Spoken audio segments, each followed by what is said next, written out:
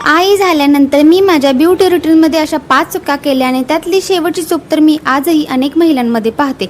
तुम्हीही ती करता का? चला तर मग बघूयात. मिस्टेक नंबर 1 आहे स्वतःसाठीच वेळ न काढणे. पर्यायाने घरच्या कामांमध्ये पूर्ण दिवस जायचा. फेस केअर, हेअर केअर तर सोडाच, 2 मिनटं शांत बसणंही होत नव्हतं. पण नंतर जाणवलं स्वतःची काळजी घेणं म्हणजे वेळ वाया घालवणं नाही, आपली काळजी घेणेच आहे. तर ती टाळा.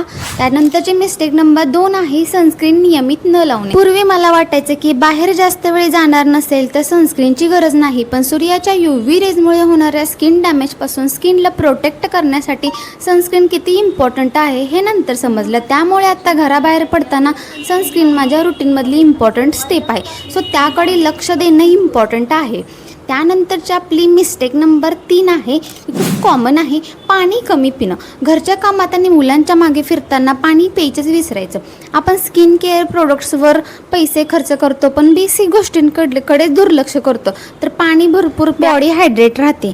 त्यानंतरची मिस्टेक नंबर 4 आहे व्हायरल प्रोडक्ट लगेच वापरणे.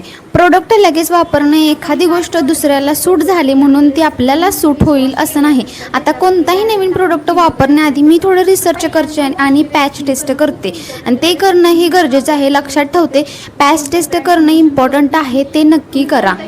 आणि काय करतो आपण की पहिल्यांदा फेस वॉश केल्या डायरेक्ट लगेच कोणतीही क्रीम अप्लाय करतो, तर तसं करायचं नाही आहे. ती आपली खूप मोठी चूक आहे. त्याच्यामुळे चेहऱ्यावरती सुरुवात होते. त्याच्यामुळे पहिल्यांदा तुम्ही फेस वॉश केल्यानंतर पहिल्यांदा नेहमी मॉइश्चरायझर लावायचा आणि त्याच्यानंतर सनस्क्रीन तुम्ही अजिबात स्किप करायची नाही आहे. सनस्क्रीन खूप इम्पॉर्टंट आहे आपल्या स्किनसाठी, या अगोदरच्या भागात मी सांगितलं आहे. त्यानंतरची आपली 5वी मिस्टेक आहे रेस्टकडे दुर्लक्ष. ही ब्युटीपेक्षा जास्त आपल्या लाईफस्टाईलशी रिलेटेड आहे. आपण दिवसभर सगळ्यांची काळजी घेतो पण स्वतःच्या शरीराला आणि मनाला रेस्ट द्यायलाच विसरतो. हो, माझी 5वी चूक होती रेस्टकडे दुर्लक्ष. 7 ते 8 तास तुम्ही झोप घ्या, हे आपल्या स्किन आणि बॉडीसाठी खूप हेल्पफुल आहे. आई म्हणून सगळ्यांची काळजी घेणं महत्त्वाचं आहे, पण यात स्वतःला विसरायचं नाही. या 5 पैकी तुम्ही कोणती चूक करता कमेंट बॉक्समध्ये नक्की सांगा. थँक्यू.